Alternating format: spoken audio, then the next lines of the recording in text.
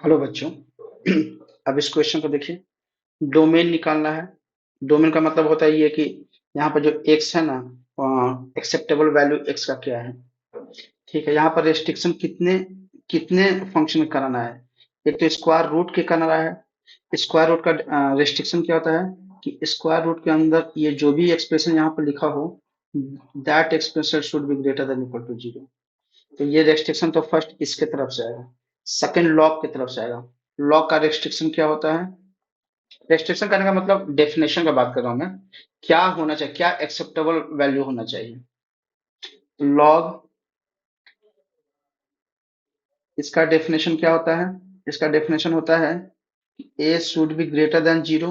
मतलब कहने का मतलब ये है कि यहाँ आर्गुमेंट में कुछ भी हो, यहाँ आर्गुमेंट में कुछ भी हो, दैट कुछ भी, that something, that something should be positive. यहाँ बेस में कुछ भी हो, ये जो बेस है, यहाँ बेस में कुछ भी हो, that something should be positive.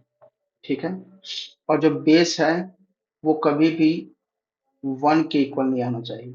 ठीक है, ये तो इतना बातों को ख्याल रखना पड़ेगा मुझे। चलिए आते हैं क्वेश्चन पर। पहले स्क्वायर रूट का रिस्ट्रिक्शन जो है, स्क्वायर रूट का प्रॉपर डेफिनेशन है, उसको फॉलो करते हैं। उसके हिसाब से फर्स्ट क्या मैं लिख सकता हूँ कि जो लॉग है,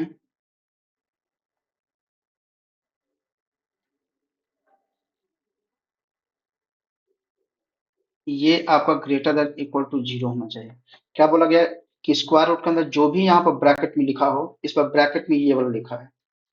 मैं अगर ऐसे सोचूं तो ये ब्रैकेट में ऐसे लिखा हुआ है, तो ये जो ब्रैकेट में के अंदर जो भी लिखा है वो नॉन निगेटिव होना चाहिए। ठीक है, अब सेकंड कंडीशन पर आते हैं। सेकंड रेस्ट्रिक्शन क्या है? लॉग की तरफ से, लॉग का बेस पॉजिटिव होना चाहिए लेकिन वन नहीं होना चाहिए, वो तो ऑलरेडी है 10, तो उसके बारे में सोचना नहीं है। बस ये बात अगर मैं बोल दूं कि जो आर्गुमेंट है लॉग का, that is nothing but 3x minus x square by two, that should be positive, that is sufficient. Agree? अब इन दोनों, ये जो मैंने लिखा है दो कंडीशन, इसको सॉल्व करने का ट्राई करते हैं। तो एक एक करके करते हैं। फर्स्ट वन मैं लॉग का कर रहा हूँ।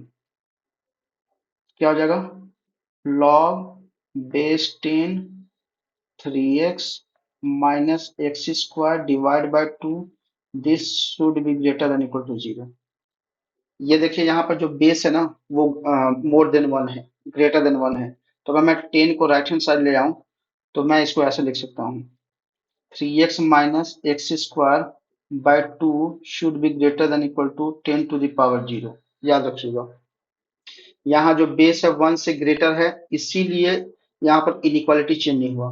अगर ये वन से कम होता, मान लीजिए वन बाय टू होता, तो वन बाय टू होता तो अगर मैं वन बाय टू को राइट हैंड साइड ले आता तो वो one by two to the power zero तो बन जाता, लेकिन यहाँ इनइक्वालिटी चेंज हो जाता। आई होप कि आप लोग को समझ में आ गया होगा। ठीक है, इसका मतलब ये है कि 3x minus x square by two should be greater than equal to one. ठीक है, क्या मैं इसको ऐसा लिख सकता हूँ? 3x minus x square should be greater than equal to two. तो यहाँ पर जीरो हो गया, ये बन गया आपका x square minus 3x plus to. सारे को राइट हैंड साइड ले आए। अब मैं इसको प्रॉपर वे में लिखता हूँ, x square minus 3x plus two should be lesser than equal to zero. So can we write x square minus 2x minus x plus two lesser than equal to zero. So can I take x common? So x minus 2 minus 1, x minus 2 should be lesser than equal to zero. ये कितना हो जाएगा? x minus one into x minus two should be lesser than equal to zero. अब ये question तो वे भी करो, method में चेंज हो गया है। तो यहाँ पर रूट्स क्या क्या आएंगे?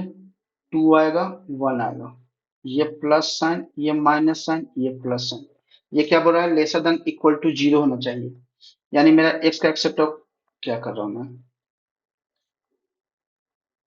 यहाँ पर वन आएगा, यहाँ पर टू आएगा। हाँ, तो यहाँ पर एक्स का एक्सेप्टेबल वैल्यू वन को और टू को लेते हुए, वन और टू को लेते हुए ये मेरा रिक्वायर्ड रीजन है।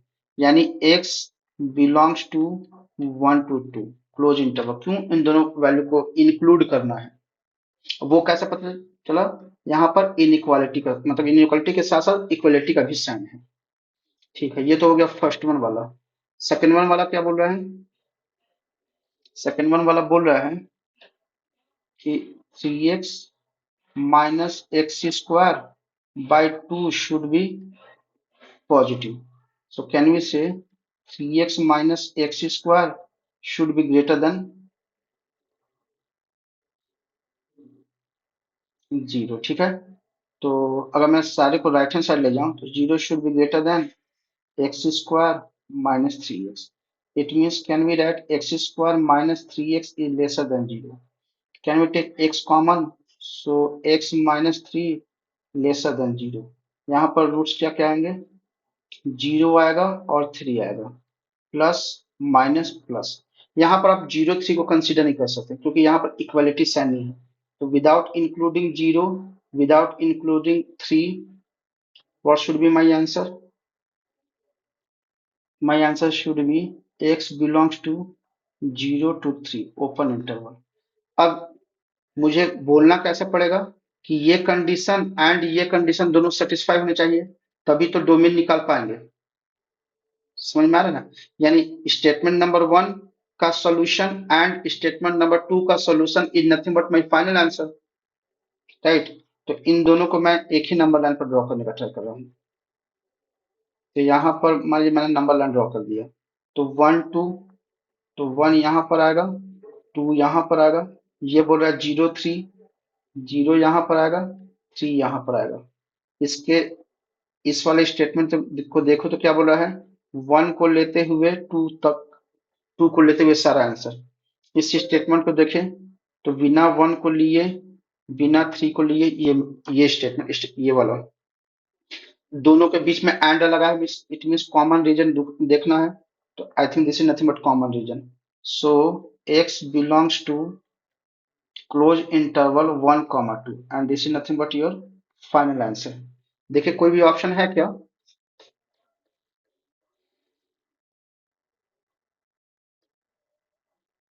हाँ, option number c. I hope कि ये एक्सप्लेनेशन आप लोग को पसंद आएगा। तो आप लोग से रिक्वेस्ट है, प्लीज मेरे वीडियो को लाइक करें, मेरे चैनल को सब्सक्राइब करें और वीडियो को ज़्यादा से ज़्यादा शेयर करें।